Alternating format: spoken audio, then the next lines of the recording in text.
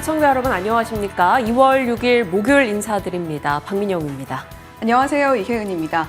간밤 뉴욕 증시는 관세에 대한 우려를 또 한 번 씻어내면서 3대 지수가 모두 상승으로 마무리를 했습니다. 여전히 중국과의 합의가 남아있기는 합니다만 뉴욕 증시에서는 적어도 일단 계속해서 상승으로 반응을 하고 있는데요. 그와 함께 구글 알파벳 실적 발표 이후에 반도체 종목들의 상승이 두드러지고 있습니다. 구글 알파벳의 주가는 좋지 않은 표정을 짓고 있습니다만 엔비디아 같은 종목들 다시 한번 기지개를 켜는 모습을 보여줬고요. 그와 함께 약진한 테마가 바로 양자 컴퓨터 기술이었습니다. 실스큐 같은 종목들의 급격한 상승 흐름을 또 한 번 엿볼 수가 있었습니다. 그런 가운데 노보노디스크와 일라이릴리도 실적 발표를 내놨는데요. 노보노디스크의 호실적보다도 일라이릴리 좋은 성적을 받아들었다라는 소식과 함께 비만 치료제 관련주들이 다시 한번 뉴욕 증시에서 두각을 드러내는 모습을 나타냈습니다. 국채금리도 떨어지면서 여러 성장 섹터에 힘을 실어줬는데요. 국내장의 분위기는 어떻게 받아갈 수 있을지 같이 살펴보겠습니다. 어제 우리장 이슈부터 정리하고 들어가 보시죠. 국내 증시 어제는 안도감이었죠. 트럼프로 인해 촉발된 관세 불안이 적어도 미국과 중국이 어느 정도 협상의 가능성을 열어놓고 있구나라고 희망의 불씨가 짚어졌습니다. 그래서 양 지수가 어제도 장중에 흔들림이 살짝 있기는 했었는데 그 전날은 그것을 낙폭을 다 만회하지 못했었다면 어제는 그 흔들림을 회복하며 끝이 났죠. 코스피 1% 이상 올랐어요. 이거를 연속해서 상승해주며 2,500선 위로 올라왔습니다. 코스닥도 730선을 회복했죠. 1.5%의 상승이었습니다. 관세 불안 이슈가 있었습니다. 중국에서 관세 2월 10일부터 라는 점에서 어느 정도 이 날짜를 즉각적으로 때리지 않는 것에 대해서 협상의 의지가 있다라고 파악이 됐고요. 트럼프도 서두르지 않겠다라고 얘기는 하긴 했습니다만 서두르지 않겠다 이후에 기존의 트럼프였다라면 정말 강하게 관세 공격을 할 생각이었다면 즉각적으로 추가적인 조치가 있었을 텐데 그러지 않았다라는 것에서 협상의 가능성이 열려있다라는 분석이 형성이 됐습니다. 그래서 지수가 낙폭을 회복하면서 이거를 연속 상승으로 마무리 지을 수가 있었죠. 그리고 어제 장 마감 이후에 뉴욕장 끝나고 나서 알파벳의 실적이 나왔는데 실적에 아쉬움이 있었습니다. 자본 지출을 많이 한다라는 것은 결국에는 AI 인프라 투자라는 것을 인지했고요. 어제 연결고리에서도 말씀을 드렸다시피 그것이 반도체 진영에 힘을 실어줬습니다. 다시 한번 AI 하드웨어, AI 인프라 쪽에 모멘텀이 돼줬고요.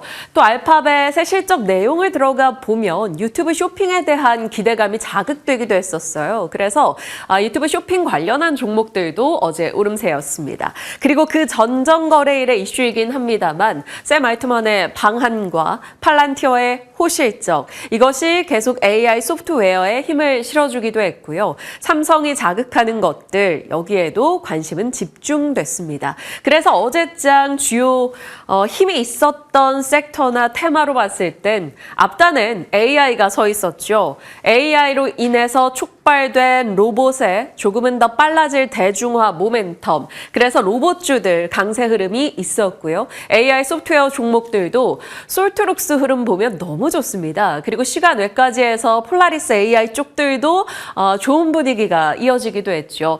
솔트룩스는 아무래도 챗 GPT 대비 성능이 가성비가 좋은 AI 모델 출시 일정을 앞두고 있기 때문에 그 모멘텀이 더 강하게 반영이 됩니다. 어제장 17% 급등하면서 33,000원을 넘어서기도 했죠. 네이버, 카카오 앞단에서 끌고 가고 그 뒷단에서 AI 소프트웨어 중소형 종목들이 밀고 가는 분위기가 형성이 되면서 소프트웨어 진영이 굉장히 좋습니다. 이쪽은 로봇이나 AI 소프트웨어나 관세 부담의 압박이 조금 덜한 섹터이기 때문에 그에 따라 분위기가 더 좋지 않았나 싶어요.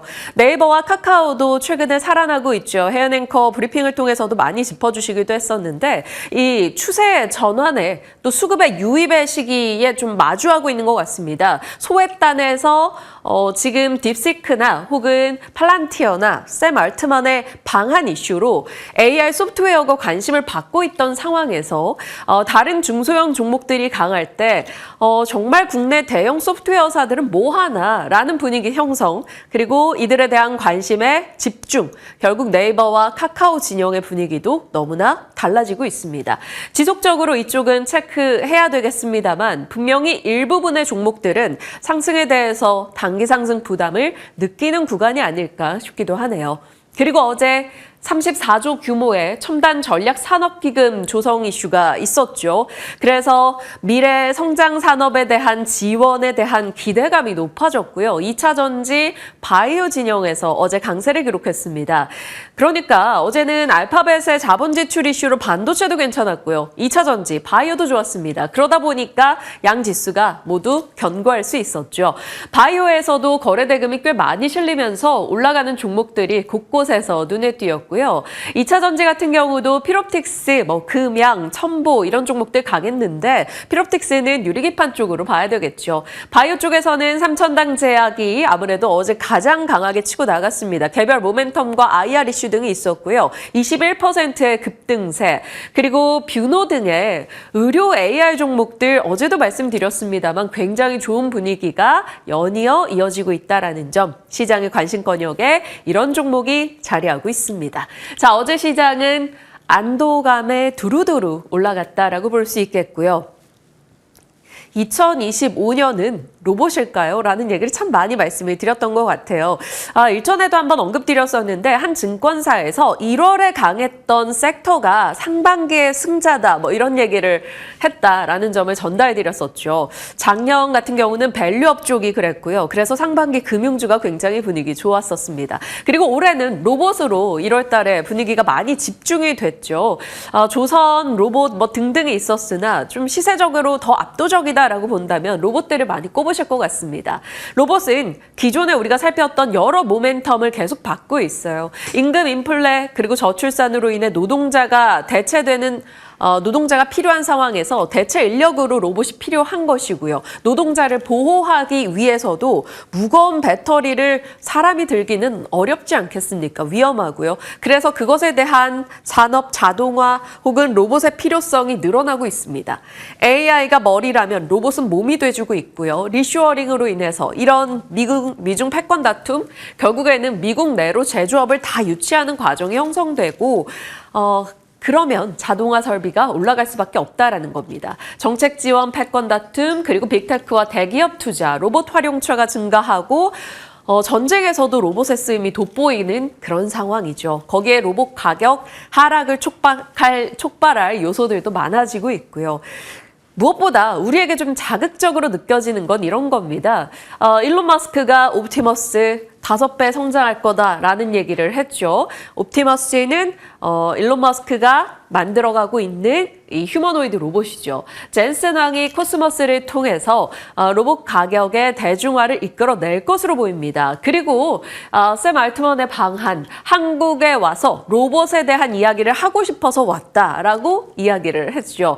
그러니까 세계 시장에서 AI 하드웨어, 소프트웨어, 그리고 우주와 같은 미래 산업을 쥐고 있는 이들이 모두 로봇을 바라보고 있다라는 점이 그동안 로봇 시장을 장악했던 겁니다. 그리고 이들이 집중하고 있는 것은 휴머노이드 로봇이죠. 일론 머스크의 옵티머스, 그리고 젠슨 왕 엔비디아의 그 예전 행사에서 오렌지와 그레이라고 또 로봇들이 공개됐던 기억도 있고요. 샘 알트먼도 이번에 로봇에 대한 의지를 드러냈죠. 거기다가 국내에서는 삼성의 레인보우, LG의 베어, 그리고 현대차 쪽에 그 보스턴 다이내믹스까지 집중 신산업으로 로봇을 꼽으면서 각각으로 국내 대기업이 로봇 투자를 늘려갑니다. 그래서 로봇이 분위기를 타고 있는 거죠. 과거에도 사실 이들은 계속 투자를 해왔었고 영역을 키워왔었습니다. 그런데 왜 지금에서야 한국의 로봇 기업들이 관심을 받고 있는 걸까요? 일단 로봇은 반도체, 통신, 광학, 소프트웨어, 기계공학, 첨단 산업의 반도체 산업입니다. 그렇기 때문에 그동안은 미국을 중심으로 관련한 성장이 있었고요. 그에 필적할 만큼 쫓아간 건 중국, 산업용 로봇은 일본과 독일 이쪽 중심으로 성장을 보여왔었죠. 실제로 과거 1960년대부터 로봇의 쓰임이 있었다라고 본다면 기존에는 대규모 제조업 중심으로 그 다음엔 자동화, 2010년도부터 이제 빅데이터, 딥러닝 나오며 협동 로봇이 등장했고요. 2020년도부터는 협업과 인지에 대한 기대감이 나타나며 협동 로봇이 더욱더 발전하고 휴머노이드 로봇에 대한 개발이 가속화됐습니다. 그리고 나서 2025년도 올해 달라진 것은 일론 머스크가 얘기했죠. 산업용 로봇뿐만 아니라 가중에 대중화될 날이 얼마 남지 않았다. 그러니까 일상에서 나의 가사 도우미 로봇이 등장할 수 있다라는 기대 등이 자극되고 있습니다. 급속도로 성장하는 느낌이 드는데 그 이유는 무엇일까요? 바로 AI입니다. 거대 언어 모델이라는 LLM을 넘어서서 거대 행동 모델 쪽까지 등장하며 로봇에 대한 관심을 키우게 만들죠. 거대 행동 모델이라는 건 텍스트, 이미지, 음성, 영상, 모션 인식까지 한다라는 겁니다. 사람이 만들어낸 환경에서 사람과 함께 소통하기 위해 거대 행동 모델이 엄청난 자극제가 돼준 거죠. 자체 판단하고 일상생활을 같이 영위할 수 있다라는 기대를 높인 겁니다. 그러면서 AI, 로봇, 휴머노이드 로봇까지 우리의 일상 적용 기대가 높아지고 있는 거겠죠. 그러면 그 가운데서 한국은 어느 정도의 상황일까요? 그동안 과거에 한국의 로봇주들이 소외됐던 이유를 한번 살펴보죠. 우리나라는 이제 경공업이나 중공업 위주의 성장을 보였습니다. 과거에 노동 집약적 산업으로 인해서 로봇의 쓰임은 사실 많았어요. 산업 자동화 설비 측면으로 본다면요. 그래서 땅 덩어리 대비 로봇 밀도는 거의 세계 최상위입니다. 세계 1위라고 해도 무관할 정도죠. 산업용 로봇 중심의 성장이었고요. 그것이 조금씩 발달하면서 합동 로봇으로 확장이 됐습니다. 그러나 지금까지 소외될 때 언제나 이유로 달렸던 것은 기술력이나 부품 자급도가 부족했다. 휴머노이드까지 갈 만한 기술력이 안 된다. 돈 버는 기업들이 없었다라는 얘기였는데요. 이것이 달라진 것은 바로 국내 자극이었습니다. 정말 빠르게 로봇 쪽에 애초에 진출해 있었던 것은 LG고요. 그리고 삼성과 현대차도 뒤따라서 사업 영역을 확 넓혔죠. 대기업이 나섰다라는 것은 결국 자본력입니다.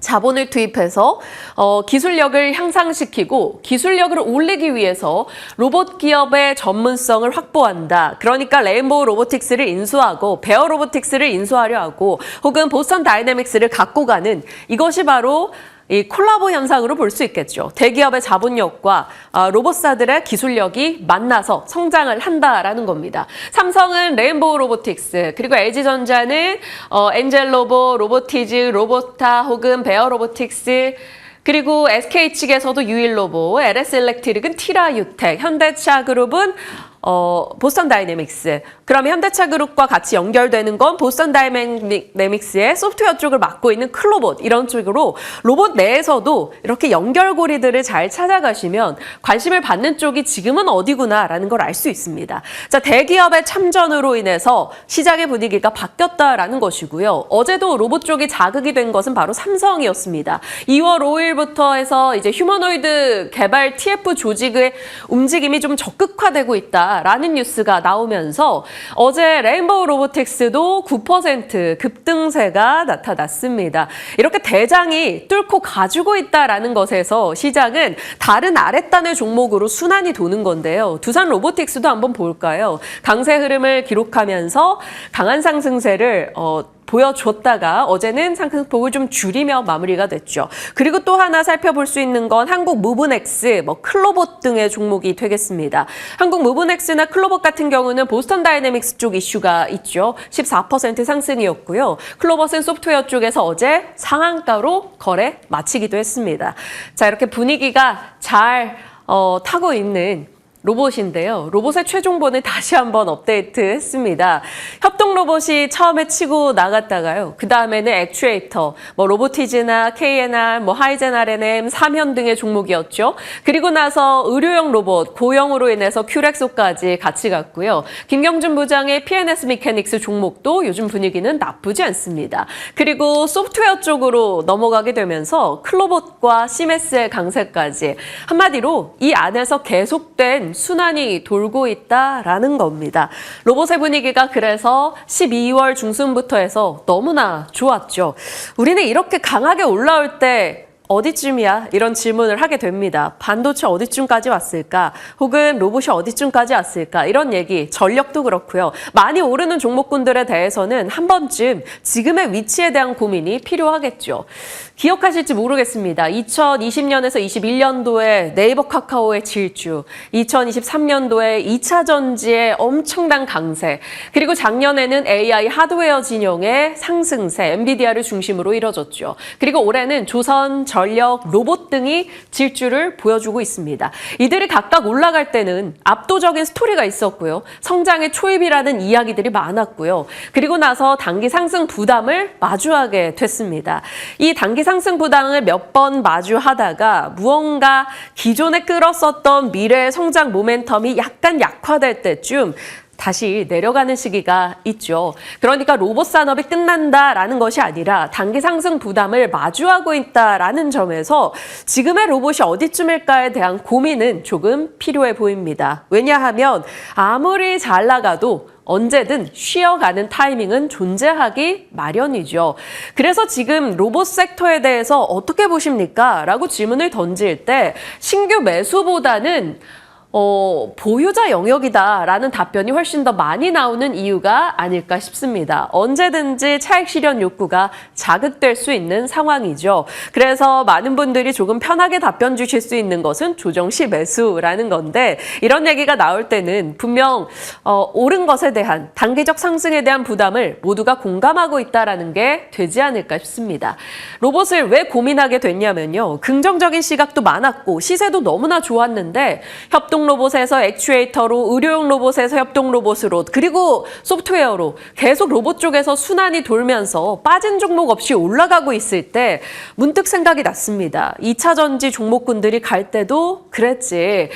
소재부터 장비, 부품, 폐배터리, 전고체까지 계속 순환을 하던 어느 날 이후 이들의 시세가 꺾였었기 때문에 이렇게 강한 순환이 나올 때 슬슬 좀 정리를 해야 되나? 아니면 끌고 갈 것과 트레이딩용을 구분을 해야 되는가? 여기에 대한 고민이 시작됐습니다. 물론 이들은 성장 초입이라는 얘기가 더 많기는 하지만요. 일단 2025년도 로봇주들의 시세 한번 볼까요? 정확히 말하면 12월 9일 이후부터 추려봤습니다. 레인보우 로보틱스가 188%, 두산 로보는 18%, 로보티즈 108%, 뉴로메카 많이 올랐고요. 하이젠 RNM 378%, 액추에이터 쪽이 역시 강했습니다. SBB테크 114%, 삼현도 100% 가까이 올라왔네요. 의료 쪽에서는 큐렉소 고영의 상승률 놀랐고요. PNS 미케닉스 좋습니다. 소프트웨어 따는 클로봇과 시메스가 강한 시세 분출을 해주기도 했네요. 여기서 상승이 좀 뒤늦게 발동이 걸려서 간 종목들이야 여력이 더 남아 있을 것이고요. 소외되어 있는데 성적이 괜찮았던 곳들도 다시 관심받을 여지가 있을 겁니다. 하지만 이렇게 덩어리로 함께 가는 분위기가 언제까지 계속 갈까에 대해서는 조금은 의심을 하며 조심을 하는 시기가 필요하지 않을까 싶어 고민을 해봤고요. 이런 것이 바로 시장의 순리가 아닐까 싶습니다. 지금으로서는 온통 이쪽에 올라와 있는 상황이죠. 로봇이나 AR 소프트웨어 혹은 테마단에선 유리기판, 그리고 그 뒷단이 나름 굳건한 바이오와 네이버 카카오 소프트웨어, 그리고 트럼프 이슈로 요즘 부각받고 있는 통신 장비, 양자 쪽까지요. 중간에서 조선 전력 방산 제거는 눈치 보고 있는 상황이고요. 중간중간 튀어나옵니다. 그동안 힘 못 썼던 쪽이 반도체, 2차 전지, 화장품, 음식료, 화학, 철강 등인데요. 여기서도 구분은 필요하겠죠. 반도체는 엔비디아가 딥시크 우려를 씻어내면서 나오는 순간 같이 일어설 수 있는 분야이고요. 2차 전지 같은 경우는 업황 개선 플러스 무언가의 이제 트리거가 필요하긴 합니다. 화장품과 음식료는 지금은 성적이 나쁜 건 아닌데 관심에서 살짝 멀어져 있다라는 점. 화학과 철강은 아직은 무겁게 바라봅니다. 다만 화학 섹터는 2차 전지가 다소 포진이 돼 있기도 하고 순수 화학주들도 요즘 올라가는 순간들이 꽤 있어서 철강보다는 분위기가 낫다라는 얘기가 들려오네요. 시장이 순리해서 좀 관심 받던 쪽이 살짝 주춤하고 다른 쪽이 치고 나오게 되는 그러한 이동의 순환의 관점에서 지속적으로 다음 타자에 대한 고민을 해보실 필요는 있겠습니다.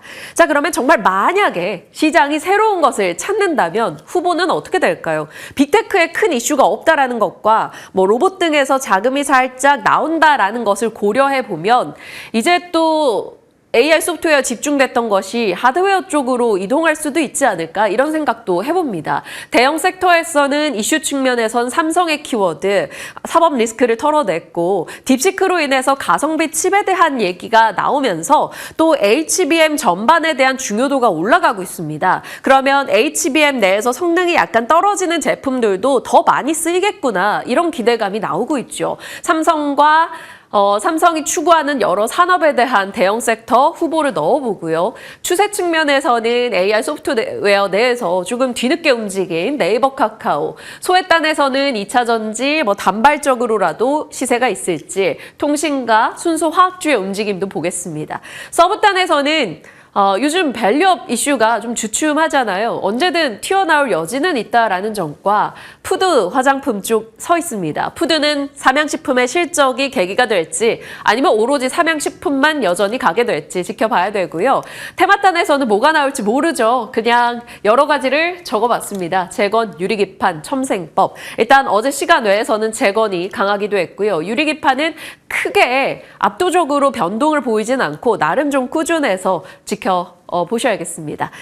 그러니까 지금의 시점에서 다른 sek터나 종목군이 오를 겁니다라는 것이 아니라요. 언제든 순환을 좀 고려해보자라는 측면에서 아이디어를 제시한 거고요. 연결고리로 그런 의미 차원에서 뉴페이스를 넣어봤습니다. 사실 뉴페이스는 아니에요. 2010년도에도 얘기가 있었던 것이기 때문에 다시 소환된 느낌입니다. 딥시크로 인해서 AI 경쟁의 촉매가 있었습니다.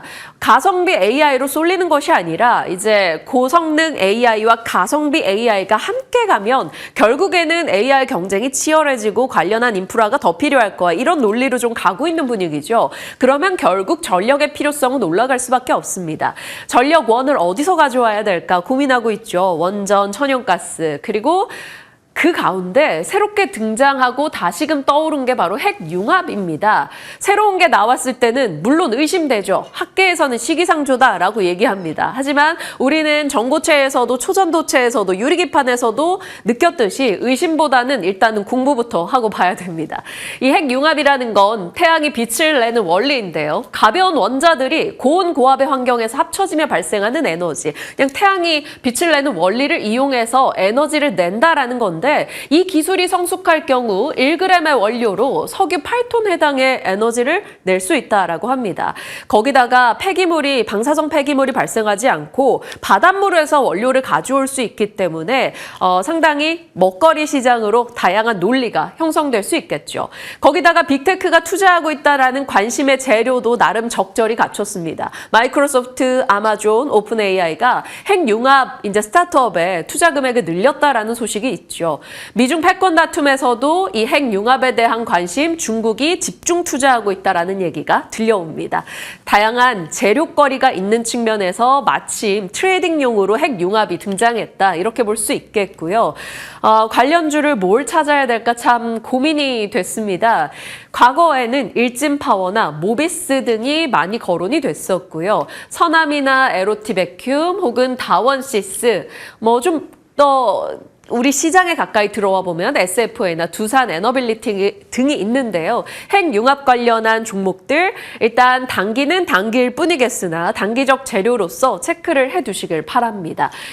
거기다가 요즘은 젠슨항 트레이드, 일론 머스크 트레이드, 트럼프 트레이드가 있는데 요즘은 샘 알트먼 트레이드 시기죠. 여기에서도 핵융합이 들어갈 수 있다라는 점에서 일단 체크해 보겠습니다. 자, 뉴욕 증시입니다. 3대 지수는 부럽죠. 또다시 우상향을 하며 상승으로 끝났습니다. 알파벳 실적 충격, 애플에 대한 중국의 조사의 우려감, 트럼프발 여러 가지 말에 대한 부담감이 있었음에도 상승했습니다. 상승할 수 있었던 이유는 국채금리가 4.4대로 내려오며 성장주와 반도체 등을 자극했다라는 게 되겠고요. ISM 서비스업 지표가 부진했던 것이 성장주를 자극하는 국채금리 하락을 만들어내지 않았나 싶습니다. 물론 ISM 측에서는 열악한 날씨 영향이다 이렇게 얘기를 했네요. 일단은 딥시크 우려를 털고 올라가는 엔비디아가 금리 하락의 버프를 조금 받았고요. 알파벳의 지출을 늘린다가 반도체 진영에 힘을 실어준 거죠. 그래서 엔비디아가 5%의 상승으로 그동안 상승한 것에 대한 부담을 딥시크를 명목 삼아서 떨어졌고요. 저가 매수세가 유입이 됐습니다. 엔비디아와 함께 슈퍼마이크로 컴퓨터가 데이터 센터 관련한 협력한다라는 소식으로 인해서 슈퍼마이크로 컴퓨터 역시나 8% 급등하는 흐름, 반도체 진영의 전약 후강이 나왔고요. 알파벳은 7%의 하락이었습니다. AI 투자 늘리겠다라고 하니 아무래도 금액적인 부담이 조금 있었겠죠. 하지만 알파벳의 희생으로 일어난 쪽이 바로 반도체, 브로드컴 강했고요. 컨스텔레이션과 같은 전력망 쪽에서 이제 원자력 쪽에서도 올라가는 모습이 눈에 띄었습니다. 테슬라는 하락이었어요. 이게 참 엔비디아와 테슬라의 시소 느낌입니다. 테슬라는 3% 밀려났는데요. 얼마 전에도 이제 캘리포니아 쪽에서 판매가 좋지 않았다라는 점과 프랑스, 독일 등에서 안 좋다라는 얘기 들려드렸는데요. 그동안은 안 좋건 말건 사실 완전 자율주행 로봇으로 가는 건데 이런 분위기였다면 지금은 또 미래보다 현재에 초점 맞춰봐야지라는 분위기가 형성이 되면 빠집니다. 그냥 옳은 것에 대한 이쪽으로의 자금 이동이 나타나는 것에 대한 명분 찾기가 아닐까 싶네요. 뉴욕장 분위기였고요. 달러 약세, 금리 하락, 이 매크로가 얼마나 중요한지를 보여줍니다. 미국과 국내에 힘을 좀 실어주는 요소가 되겠죠. 대형주는 좀 엇갈렸어요. 돈 많이 쓰는 쪽에서는 빠졌고 단기적으로 올랐던 쪽에서도 흔들림. 다른 빅테크는 좀 주춤하는 가운데 엔비디아와 반도체 진영만 좋았습니다. 그래서 반도체는 오르고 빅테크는 내렸다. 이쪽에 정리가 될 것 같고요. AI 활용 분야는 여전히 주목을 받으면서 우주개발, 양자 컴퓨터는 상승했네요. 바이오 쪽으로도 금리 하락과 앞서 오프닝에서 짚어주었다시피 이제 비만 치료제 쪽으로 관심이 좀 집중이 됐습니다. 일라이릴리나 노보노디스크, 바이킹 테라퓨틱스가 같이 올랐는데 시간 외에서는 바이킹 테라퓨틱스는 실적 아쉬움에 하락 흐름이 있었고요. 암젠의 좋은 실적으로 화이자 등의 제약주도 같이 올랐습니다. 시간 외에서 ARM 실적 내놓고 5% 정도 하락하는 모습이 있었다라는 점도 국내에 좀 영향이 있을지 지켜봐 주시길 바랍니다. 자, 달콤한 매운맛으로 삼양식품을 넣어봤는데 삼양식품의 꽃기호라고 제목을 달아봤습니다. 왜냐하면 한 번쯤 아침이 왔어 라고 알려주듯이 삼양식품의 존재감을 드러내는 순간들이 있어요.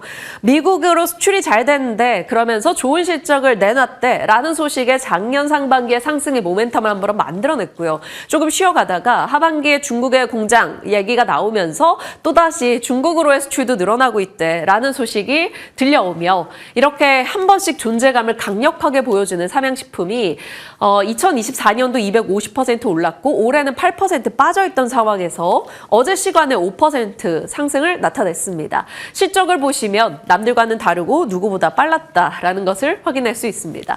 4분기 실적 열었을 때 매출액과 영업이익 YOY 기준으로 늘었고요. 컨센 대비해서도 훨씬 좋았습니다. 과거보다 컨센 대비 상승이 서프라이즈하지 않다라고 얘기할 수 있으나 광고와 같은 판관비 부담이 있었음에도 불구하고 매출이 증가했다.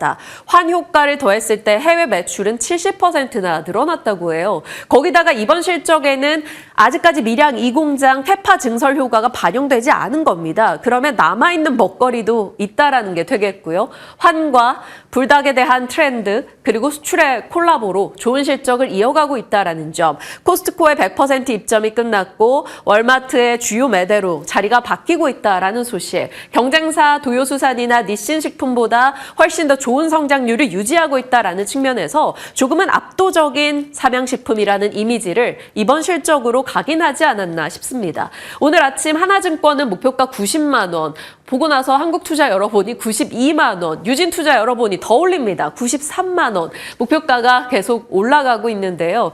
거기다가 삼양식품은 까먹으시면 안 되는 게 MSCI 지수 편입 기대가 있습니다.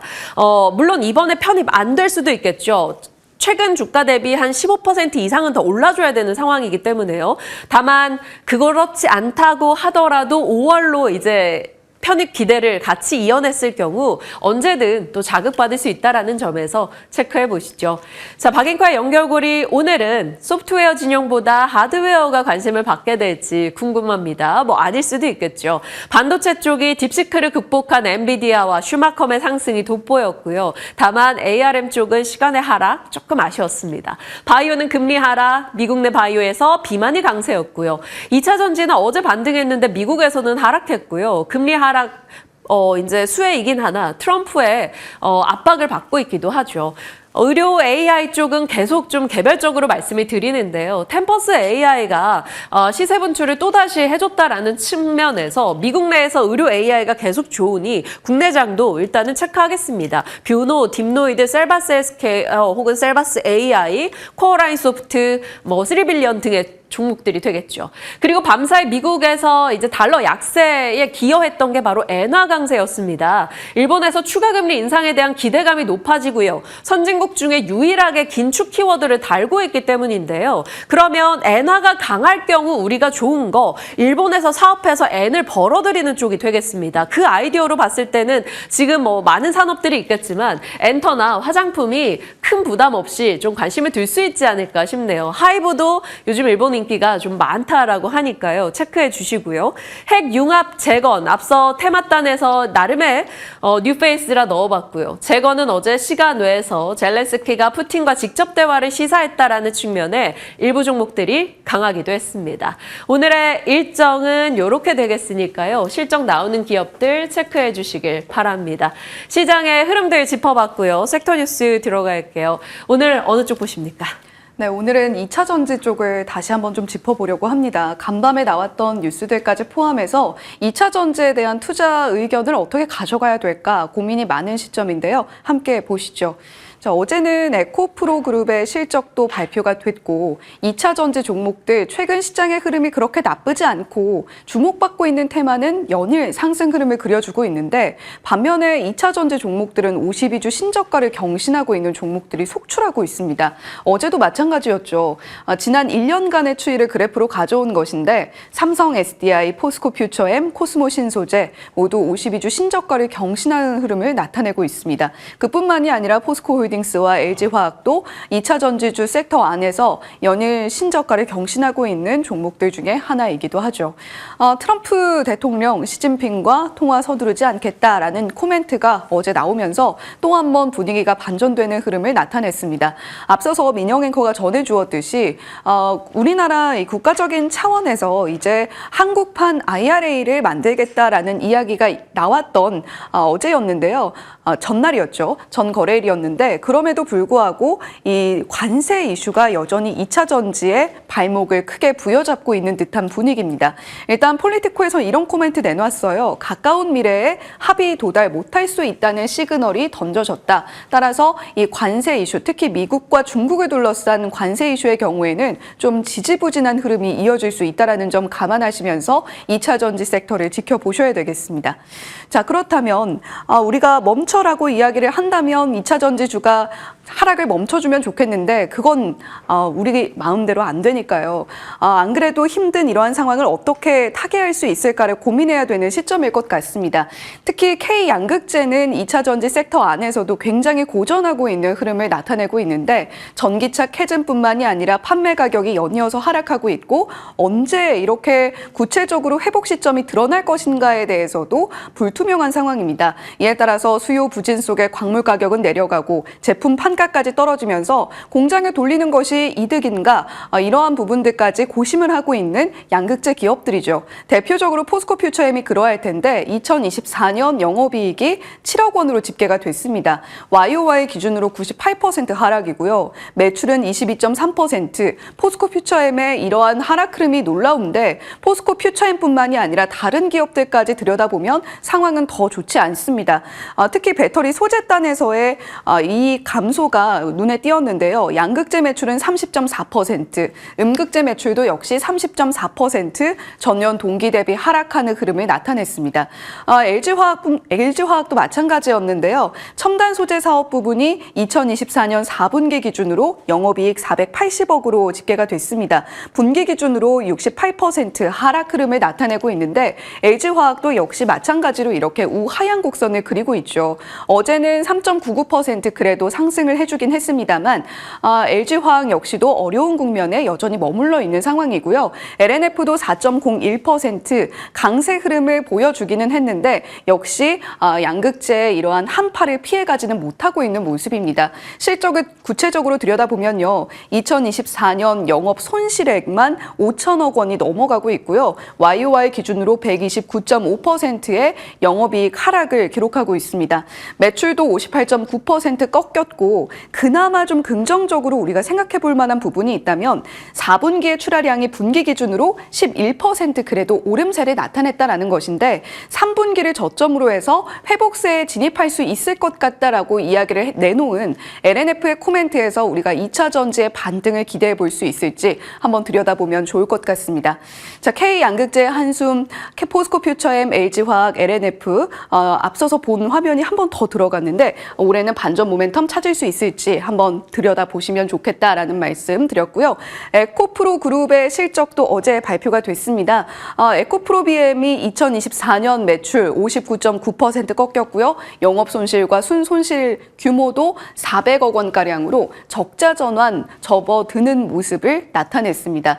에코프로도 지주사로서 역시 이러한 한파를 피해갈 수는 없었는데요. 2024년 매출 57.2% 꺾였고 영업 손실, 순손실도 이렇게 적자 전환으로 나타나는 모습을 보여줬습니다. 자, 에코프로 머티리얼즈, 하이니켈 전구체 쪽을 영위하고 있는 에코프로 그룹 내 기업이죠. 매출 68.5%, 영업 손실액은 630억 원 달하고 있습니다. 에코프로 HN은 그래도 매출이 2.4% YOY 기준으로 상승하는 모습을 보여주긴 했으나 영업이익과 순익 면에서 역시 아쉬운 모습을 나타내고 있죠. 에코프로 그룹은 11일에 이제 컨퍼런스 콜을 진행을 하게 될 텐데 어떠한 이야기들이 나오게 될지 좀 주의 깊게 들어보셔야 되겠습니다. 펀드 매니저의 선택은 어떠할까요? 자동차 섹터와 그리고 배터리 섹터에 대한 의견을 가지고 와봤습니다. 일단 비중 축소 섹터로 자동차와 배터리 쪽을 꼽았던 한 언론사의 펀드 매니저 564인의 설문 내용인데요.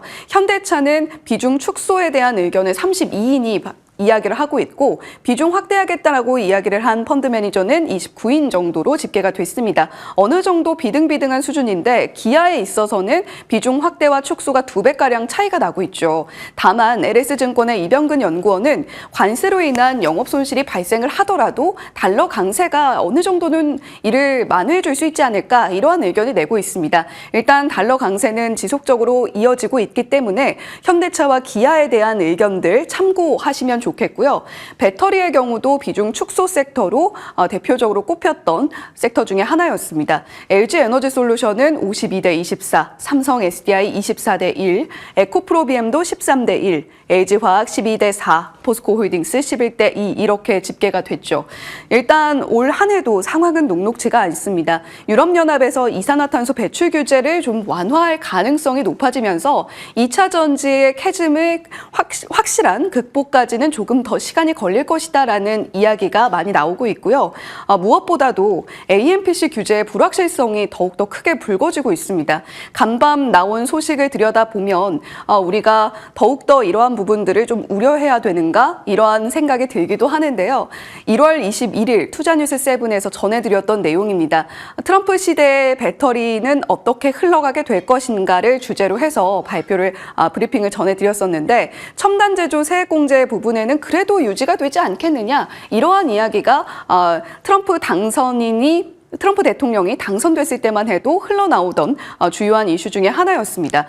그런데 간밤에 흘러나온 블룸버그 통신의 보도 내용을 들여다보면 아마도 지금 4천억 달러 규모의 이 세액공제가 철회될 수도 있다라는 이야기가 흘러나오고 있죠. 일단은 대출 지원금에 대한 부분이 철회될 수도 있다라는 이야기인데 크게 핵심은 두 가지입니다. 청정에너지 대출 프로그램의 개편을 검토하고 있다라는 소식인데요.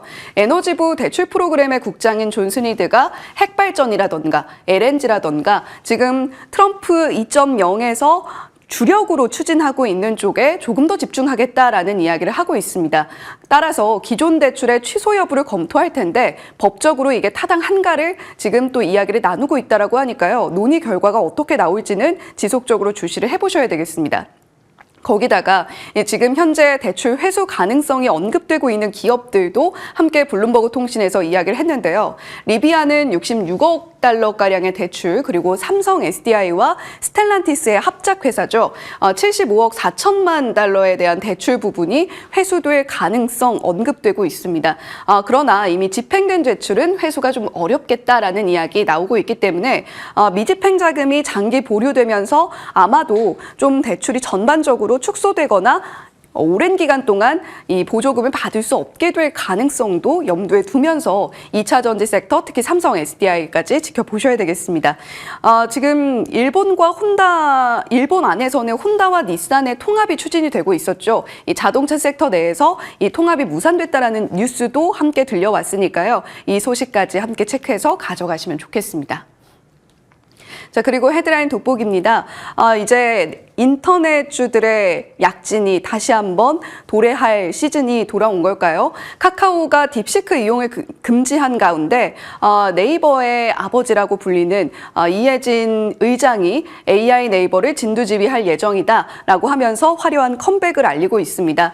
일단 외교부와 산업부에서도 딥시크 접속을 차단한 가운데 앞으로 AI 소프트웨어가 어느 쪽으로 확장을 이어나갈 것인가에 대한 고민이 깊어지고 있는 시즌이죠. 일단 딥시크를 금지하겠다라고 이야기를 하고 있는 근거는 크게 네 가지입니다. 학습 데이터를 과도하게 수집을 하면서 정보 유출 가능성이 굉장히 높고 한국 수력 원자력과 한전 FPS 같은 공기업들은 이미 딥시크의 사용을 차단한 바가 있죠. 그 밖에도 카카오, LG U+, 라인 야후 같은 이 계열사들이 딥시크의 업무 목적 사용을 금지하고 있다라는 소식도 함께 들려오고 있는 건데 각국에서도 딥시크의 사용을 어떻게 좀 바라볼 것인가에 대해서는 다소 보수적으로 바라보고 있는 것이 사실인 것 같습니다. 그렇다면 다시 카카오와 네이버 쪽으로 시선을 옮길 수밖에 없을 텐데 AI를 업은 인터넷주가 기대만큼 과연 상승을 해줄 수 있을 것인가 잠시 후 전략에서 챙겨가시면 좋겠습니다. 시장의 다양한 뉴스들 들여다봤고요. 지금부터는 방향을 어떻게 잡을 것인가, 그리고 올라온 종목과 소외됐던 종목들의 반등에 대한 고민을 나누겠습니다. 함께 하시죠.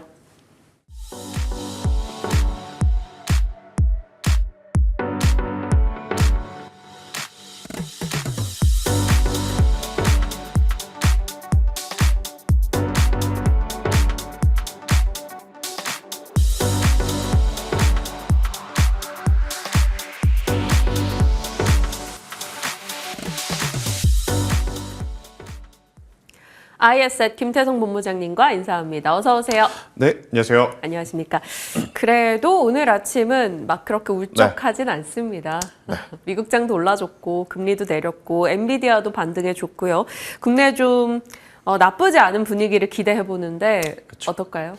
참 조마조마한 나날인 것 같습니다. 자기 전에 보고 자다 깨다가 보고 일어나서 또 미국 시장을 한 번 더 쳐다보고 수면의 질이 별로예요. 그렇죠. 그러니까 아마 많은 투자자분들이 그리고 많은 시청자분들이 지금 하루하루 피가 마르는 듯한 느낌이 좀 들 겁니다. 그의 말에, 그러니까 트럼프의 말에 올라가기도 하고 내려가기도 하고 변동성이 굉장히 많아진 우리나라 증시이기 때문에, 그런데 또 한편으로 생각을 해보면 역시 주식시장이라고 하는 것은 이러한 변동성이 나타나야지 우리가 매수할 기회도 생기는 것이고 또 수익을 챙길 수 있는 흐름도 나오는 것이기 때문에 너무 안 좋게만 볼 필요는 없지 않겠는가. 지금의 변동성에 조금은 유연한 사고와 유연한 생각을 가지고 대처를 한다라고 했었을 때 굉장히 또 좋은 성과를 낼 수 있는 2월의 시작 첫 주이기에 저는 변동성을 조금은 더 유의하겠지만 그래도 잘 이용해보자라는 의견을 한번 드려보도록 하겠습니다.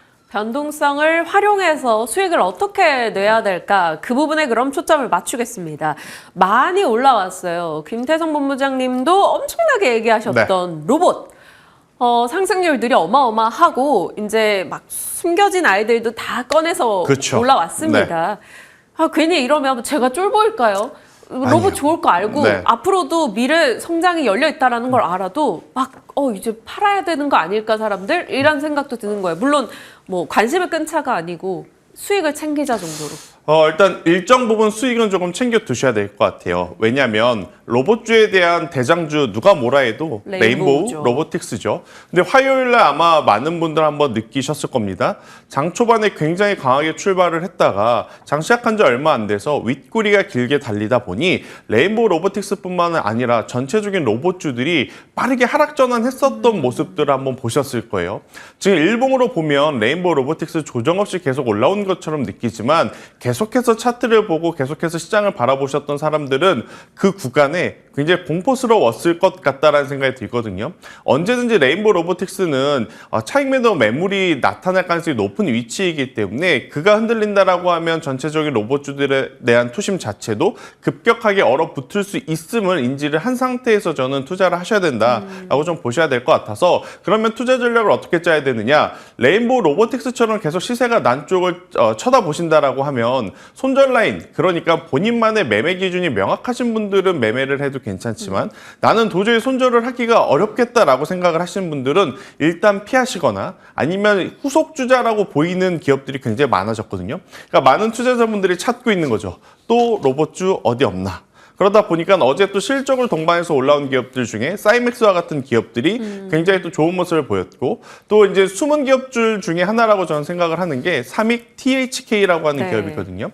이 삼익 THK가 하는 일은 용접 자동화 로봇을 만듭니다. 근데 용접 자동화 로봇 팔려봐야 얼마나 많이 팔리겠어 이렇게 생각을 하실 것 같은데 이 용접 자동화 로봇이 적용되는 산업이 조선입니다. 그렇게 되면 당연히 우리나라 조선 산업 지금 계속해서 미국에서도 도와달라고 하는 상황이기에 다른 로봇주들보다는 사실은 더 좋은 스토리가 붙어갈 가능성이 높거든요. 가격적으로도 부담 없고요. 그래서 이런 기업들을 저는 편안하게 차라리 모아가시는 전략이 더 맞지 않겠나라는 의견. 하지만 이건 투자자분들의 성향에 따라 좀 갈릴 수 있기 때문에요. 기업이 좋다 나쁘다가 아니라 매매 전략에 대한 고민은 한번 해볼 필요는 지금은 있다라는 의견 드리겠습니다. 그거네요. 그거였어요. 딱 정리를 해주셨어요. 기업이 좋고 나쁘다가 아니라 매매 전략에 대해서 그렇죠. 고민을 하는 시점이라는 겁니다. 그러니까 보유자 영역을 마음껏 누릴 수 있는 종목들이 있고 새롭게 조금 기회를 모색해 볼 종목들이 있고 이 종목의 성향을 좀 파악하셔서 로봇주를 보셔야지 지금 무턱대고 로봇주 간다고 신규 매수자분들이 막 수백 %씩 오른 것에 관심을 두실까 봐 그 점이 참 걱정이 되기도 했는데요. 말씀 주신 매매 전략의 관점에서 로봇에 대해서 살펴봤습니다. 자, 반도체 쪽 가볼게요. AI 하드웨어가 딥시크를 명분으로 해서 좀 흔들렸잖아요. 그렇죠. 그래서 이것이 회복되려면 엔비디아가 일어서야 되는데 엔비디아가 극복을 한 느낌입니다. 어떨까요? 일단 결국 고사양의 HPM, 고사양의 GPU는 필요하다가 결론인 것 같아요. 딥시크의 어떤 출현은 해당 산업에 긴장감을 줬죠. 하지만 이제 안 좋은 긴장감이라기보다는 저는 긍정적인 긴장감을 주지 않았나라는 생각이 듭니다. 이 딥시크 이야기가 나오고 나서 속도가 굉장히 빨라졌다라고 느껴져요. 샘 알트먼이 우리나라에 빠르게 오고 손정희 회장도 우리나라에 빠르게 와서 삼성전자, SK하이닉스, 카카오, 네이버를 지금 만나러 가지 않았습니까? 그것도 그들이 지금 딥시크를 안일하게 봤다면 그러지는 않았었을 것 같아요. 근데 그들도 화들짝 조금 놀라지 않았나라는 생각으로 보면 딥시크의 출현이 AI 반도체 전체적인 큰 틀에서 약간의 변동성은 좋지만 중장기적으로는 긍정적인 좀 사인을 많이 주지 않았나라는 생각이 듭니다. 하지만 이제 여기서 우리가 경우의 수가 좀 복잡해지는 게 뭐냐면 어제 알파벳 실적이었다라고 좀 보여져요. 결국 이제 데이터 센터가 우리가 생각했던 것보다는 아직은 빠르게 인풋 대비 아웃풋에 대한 결과치가 그렇게 좋지 못하다라는 평가를 받고 있는 상황. 하지만 또 알파벳에서는 이런 이야기를 합니다. 결국 투자는 늘리겠다라는 이야기를 하다 보니 하드웨어 이거를 더 봐야 되는 거야? 아니면 여기서 멈추고 여전히 소프트웨어를 봐야 되는 거야? 이게 고민의 지금 깊이가 깊어지는 상황이긴 한데 엔비디아가 그 해답을 준 것 같습니다. 인텔, 퀄컴, 중국 매출 비중이 많은 기업들은 잠시 조심해야 되지만 여전히 AI와 데이터 센터 인공지능의 기준은 엔비디아다라는 것을 보여줬기 때문에 저는 우리나라 하드웨어 기업들은 조정 시에 매수, 단 삼성전자는 조금은 나중에 좀 보셔야 될 것 같고요. SK하이닉스라든지 한미반도체, PSK홀딩스 이쪽은 지속적인 저는 관심이 필요하다라는 생각이 들고 있고 이제 소프트웨어 쪽에서 본다라고 하면 사실 이건 그들만의 리그일 수는 있습니다. 우리나라 소프트웨어 기업들은 아직 국내에서도 매출이 크게 나타나고 있지 못한 상황이라서요. 그래서 이제 해외 쪽에서 이제 성장 가능성을 본다면 의료 플러스 진단 플러스 AI 이쪽에 특화된 기업들이 오히려 더 좋을 수 있으니 고용과 같은 기업도 얼마나 좋습니까? 하지만 앞서 말씀드렸다시피 기업의 좋고 나쁘고와 지금 매매의 타이밍은 좀 다르게 봐야 되기 때문에 이들은 기다리는 게 좀 필요하겠다라는 의견 드리겠습니다. 네. 템퍼스 AI도 암 진단기기 쪽으로 모멘텀 받으면서 강하게 올라가고 있기 때문에 미국 내에서 국내에서도 그런 의료 AI 쪽은 계속 관심권역엔 들어오고 있습니다. 고영, 큐렉소 이런 종목들 잘 갔고요. 종목의 이제 상승률에 따라서 이제 매매 전략을 좀 고민해 보되 이들 종목이 나쁘다라는 게 아니라는 점 계속적으로 강조하겠습니다. 로봇 반도체 살펴봤고요. 2차 전지 가볼까요? 2차 전지는 아직까지도 모든 질문에 대한 거의 대다수 분들의 답변이 지금은 안 본다 이거나 네. 박스권에서 단기 트레이딩 조금의 상승 여력 있는데 요거 먹고 나오자 약간 이런 느낌이에요. 근데 지금 사실 2차 전지로 그거 하시려는 분들 별로 없거든요. 그냥 갖고 계신 분들이 네. 속된 말로 물려 있는 분들이 어떻게 하느냐가 중요하죠. 아무것도 하시면 안 됩니다. 네. 하지만 신규 매수하고자 하시는 분들, 단기 매수를 좀 노리시고자 하시는 분들은 저는 이럴 때 아니면 언제 사나라는 생각이 좀 있어요. 결국 주식이라고 하는 것은 확률 싸움이죠. 언제나 우리가 매수를 했다 그래서 올라가기만 바랄 수는 없습니다. 그래서 손절 라인을 잡고 대응을 한다라는 생각을 했었을 땐 2차 전지주들은 저는 매수를 해도 괜찮다라고 보여져요. 아니 실적이 그렇게 엉망으로 나왔는데? 라고 생각을 하시죠. 근데 이미 우리가 실적 안 나올 거 뻔히 다 알고 있었고 그것 때문에 주가가 지금까지 못 올라왔었던 상황이기 때문에 어떻게 보면 지금의 가격은 이러한 노이즈들이 우리가 눈으로 다 확인한 시점에서는 불확실성 해소 관점으로 보는 게 맞다. 근데 이제 문제는 뭐냐? 내가 매수를 했다 그래서 과거의 영광을 생각을 하면서 2배, 3배 올라가는 걸 기대하기란 저는 큰 욕심일 수는 있을 것 같아요. 대신에 조금은 이제 박스권이 과거에는 굉장히 작은 박스권이었다면 그 박스의 크기가 조금은 커질 수도 있겠다라는 생각이 듭니다. 왜냐? 3월 달부터는 공매도가 또 재개가 되죠. 그러네요. 그러면 또 공매 물량에 대한 청산을 통한 단기 반등성도 굉장히 강하게 나올 수 있는 쪽이 바로 2차 전지이기 때문에 만약 단기 매수를 하신다라고 하면 지금 불편할 때 조금 해놓으시는 게 저는 오히려 더 좋지 않겠나라는 의견을 한번 드려보도록 하겠습니다. 네. 사실 보유자분들이 생각하는 박스권 매매 영역은 여기에서 한 이 정도. 그렇죠. 그런데 시장은 요 정도. 근데 김태성 본부장님이 조금은 더 올려서 박스권 트레이딩이지만 이 박스의 높이를 좀 올릴 수 있는 타이밍이다라고 약간 기존의 뷰보다는 좀 긍정으로 강화를 해주셨습니다. 기억해 볼게요. 그러면 2차 전지를 긍정적으로 단기 트레이딩으로 본다 한다면 앞단에 뭐 세울까요? 요즘은 관심 받는 게 LNF 이런 쪽이던데. 일단은 결국엔 변동성이죠. 개인 투자자분들 입장에선 LNF도 좋은 기업이었는데 숫자를 보니까 0 아닌 것 같습니다. 그래서 LNF보다는 조금은 더 나아 보이는 쪽이 에코프로 BM, 에코프로 그룹주가 아닌가라는 생각이 들어서 만약 2차 전지 쪽을 좀 보시는 분들 중에 변동성을 좀 생각하시는 분들은 에코프로 그룹주가 더 나올 수 있겠다. LNF 무겁고요. 포스코홀딩스, 포스코 그룹주 무겁고요. 아니면 제가 오늘 원픽으로 하나 가지고 온 장비 쪽을 바라보는 게 더 나올 수 있겠다라는 의견 드려보도록 하겠습니다. 장비 쪽 그럼 바로 공개하겠습니다. PNT. 수주 소식. 그렇죠. 그러니까 결국 안 좋다 하는 쪽에서도 돈 벌고 있는 기업은 있거든요. 조용히 남몰래. 그런데 전체 산업 섹터의 분위기가 안 좋다 보니까 주가의 부진이 깊게 나타나는 기업들이 있어요. 그게 지금 대표적으로 저는 PNT다라고 좀 말씀드릴 수 있을 것 같습니다.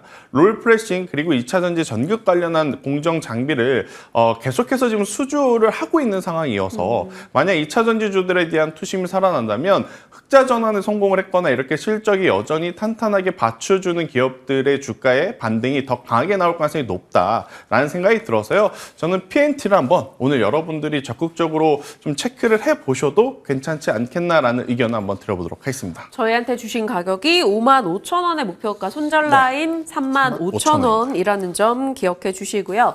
삼양식품 하나만 더 듣고 가겠습니다. 삼양식품 실적으로 정말 매운맛을 매번 보여주면서 화끈해요. 근데 앞으로 어떨까요? 증권사 오늘 유진투자는 93만 원 보더라고요. 네. 가능하다고 보십니까? 가능은 하겠지만 언제 가능하냐가 문제이지 않습니까? 시간이 제법 많이 필요하다. 그러니까 우리가 알고 있었던 내용 그 이상의 어떤 퍼포먼스를 낼 만한 이제 스토리가 있겠는가?